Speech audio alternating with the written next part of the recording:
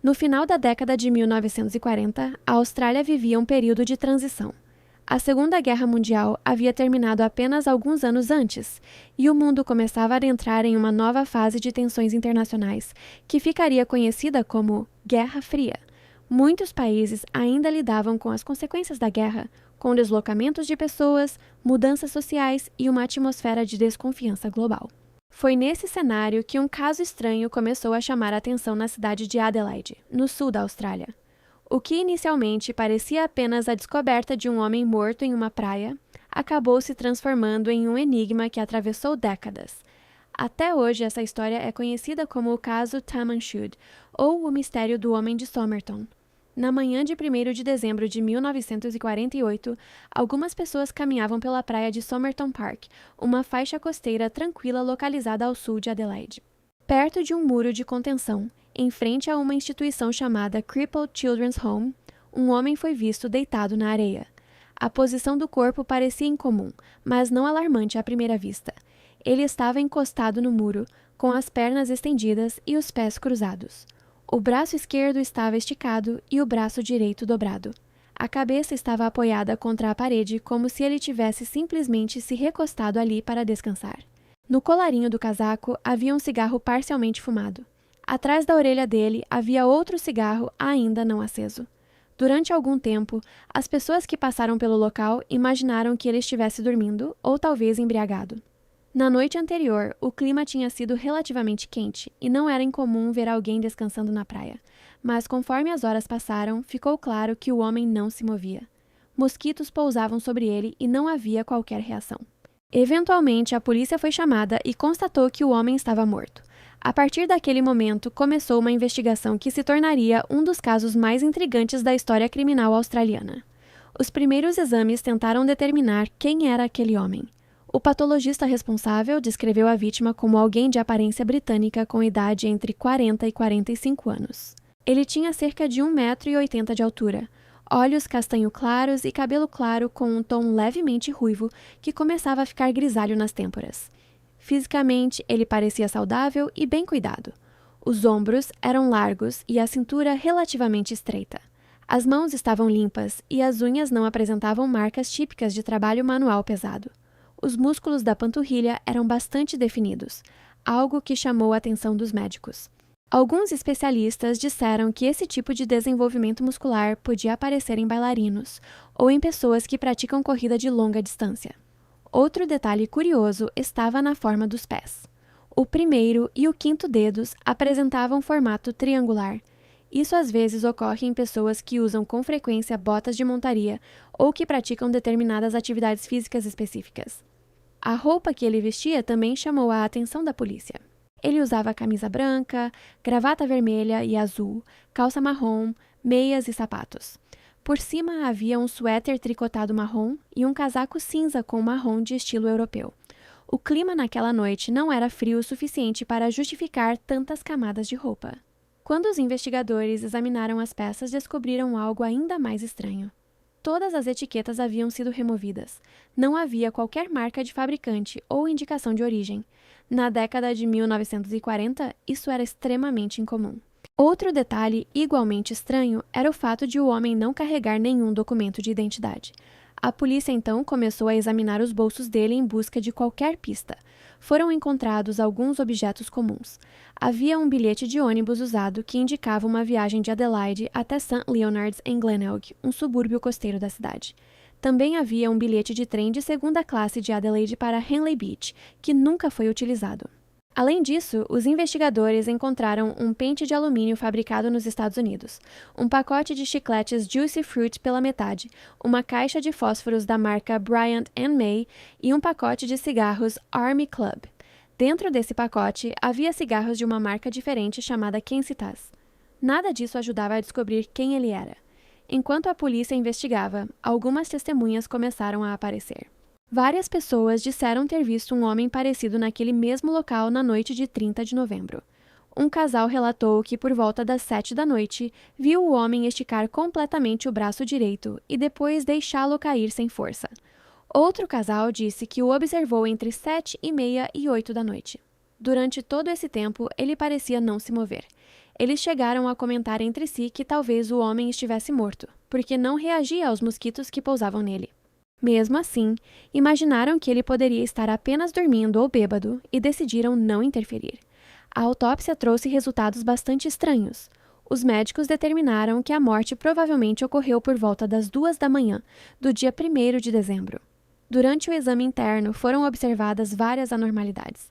O estômago estava profundamente congestionado e havia sangue misturado ao alimento presente ali. O fígado e o baço estavam cheios de sangue e o baço estava aproximadamente 3 vezes maior que o tamanho normal. Também havia sinais de congestão no cérebro e hemorragia no estômago. A última refeição do homem parecia ter sido um pastel assado consumido algumas horas antes da morte. Apesar de todos esses exames, nenhum veneno foi detectado no corpo. Mesmo assim, o patologista afirmou que acreditava que a morte não tinha sido natural. Ele suspeitava que algum tipo de veneno raro poderia ter sido utilizado, possivelmente uma substância difícil de detectar com a tecnologia da época. Alguns especialistas mencionaram compostos como barbitúricos ou hipnóticos altamente solúveis que poderiam desaparecer rapidamente do organismo. Ainda assim, nenhuma substância foi identificada. A polícia então começou uma ampla tentativa de descobrir quem era o homem. Fotografias do corpo foram distribuídas por toda a Austrália e enviadas para outros países. As impressões digitais também foram comparadas com registros internacionais. O FBI nos Estados Unidos foi consultado. A Scotland Yard no Reino Unido também foi contatada. Nenhuma correspondência foi encontrada. Era como se aquele homem simplesmente não existisse em nenhum registro. Durante semanas, várias pessoas afirmaram reconhecer o corpo. Alguns disseram que ele era um trabalhador desaparecido. Outros disseram que ele era um marinheiro ou funcionário de um navio. Nenhuma dessas identificações foi confirmada. Então, em janeiro de 1949, a investigação tomou um novo rumo. Funcionários da estação ferroviária de Adelaide encontraram uma mala marrom em um compartimento de bagagem da estação. A mala havia sido deixada ali no dia 30 de novembro, exatamente um dia antes da descoberta do corpo. Quando os investigadores abriram a mala, encontraram várias roupas e objetos pessoais. Havia um roupão vermelho listrado, chinelos de feltro vermelho, pijamas, utensílios de barbear, uma chave de fenda de eletricista, um pincel de estêncil, uma faca de mesa modificada e um par de tesouras como as usadas em navios mercantes. Assim como nas roupas que o homem vestia, quase todas as etiquetas haviam sido removidas. Mesmo assim, alguns nomes apareceram em algumas peças. Em uma gravata estava escrito T. Keane. Em um saco de lavanderia aparecia o nome Keane. Em uma camiseta aparecia Keane. A polícia tentou encontrar alguém com esse nome desaparecido, mas nenhuma pista levou à identidade do homem. Outro detalhe curioso era uma linha de costura laranja encontrada na mala. Era um tipo incomum de linha e parecia idêntica à utilizada para reparar um dos bolsos da calça que o homem usava quando morreu.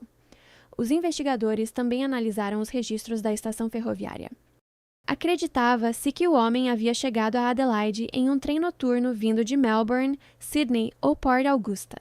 Uma teoria era que ele havia tomado banho em um chuveiro público próximo da estação e depois pretendia pegar um trem para Henley Beach. Por algum motivo, ele perdeu esse trem e acabou pegando um ônibus para Glenelg. Algum tempo depois, ele apareceu na praia de Somerton. Meses depois, surgiu uma das descobertas mais famosas de todo o caso. Durante um exame mais detalhado da roupa do homem, os investigadores encontraram um pequeno bolso secreto costurado na calça. Dentro desse compartimento havia um pequeno pedaço de papel. No papel estavam impressas 2 palavras: Taman Shud. Especialistas descobriram que essa expressão vinha do persa e significava algo como fim ou terminado. A frase aparecia no final de um famoso livro de poemas chamado Rubaiyat, de Omar Khayyam. A polícia iniciou então uma busca nacional por uma cópia do livro que tivesse a última página arrancada. Eventualmente, um homem entrou em contato com os investigadores dizendo que havia encontrado um exemplar do livro no banco traseiro de seu carro. O carro estava estacionado em Glenelg na noite da morte. Quando a polícia examinou o livro, descobriu que a página final havia realmente sido arrancada. Na parte de trás da capa havia algo ainda mais intrigante. Ali estavam escritas várias linhas de letras aparentemente aleatórias. Parecia algum tipo de código. Até hoje, ninguém conseguiu decifrar completamente essas letras. Também havia um número de telefone anotado ali. O número pertencia a uma mulher que morava em Glenelg, a cerca de 800 metros de onde o corpo foi encontrado. Ela era uma ex-enfermeira. Durante a investigação, ela contou que anos antes havia dado uma cópia do Rubaiyat de presente a um oficial do exército chamado Alfred Boxall. Durante algum tempo, a polícia acreditou que o homem morto poderia ser esse oficial, mas pouco tempo depois descobriram que Boxall estava vivo. Ele ainda possuía sua própria cópia do livro e a página final estava intacta. A mulher disse que não reconhecia o homem encontrado na praia. Ela pediu que seu nome não fosse divulgado para evitar constrangimentos, já que era casada naquele momento.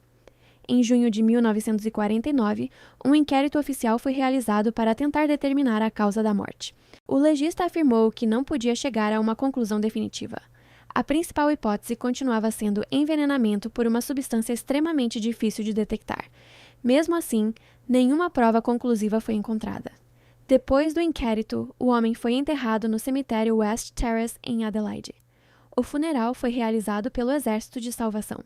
Com o passar dos anos, o caso continuou chamando a atenção de investigadores, jornalistas e curiosos. Programas de televisão e documentários voltaram ao caso diversas vezes. Durante décadas, a identidade do homem permaneceu desconhecida. Em 2021, o corpo foi exumado para novas análises usando técnicas modernas de DNA. Em 2022, pesquisadores anunciaram que uma análise genealógica indicava que o homem provavelmente era Carl Charles Webb, um engenheiro elétrico nascido em 1905 na cidade de Melbourne. Mesmo com essa possível identificação, muitas perguntas continuam sem resposta. Ainda não se sabe exatamente por que ele estava em Adelaide. Também não se sabe quem poderia ter lhe dado veneno ou se ele próprio o ingeriu. E o significado do código encontrado no livro Rubaiyat continua sendo um mistério. Por isso, o caso Taman Shud continua sendo lembrado como um dos enigmas mais fascinantes da história criminal da Austrália.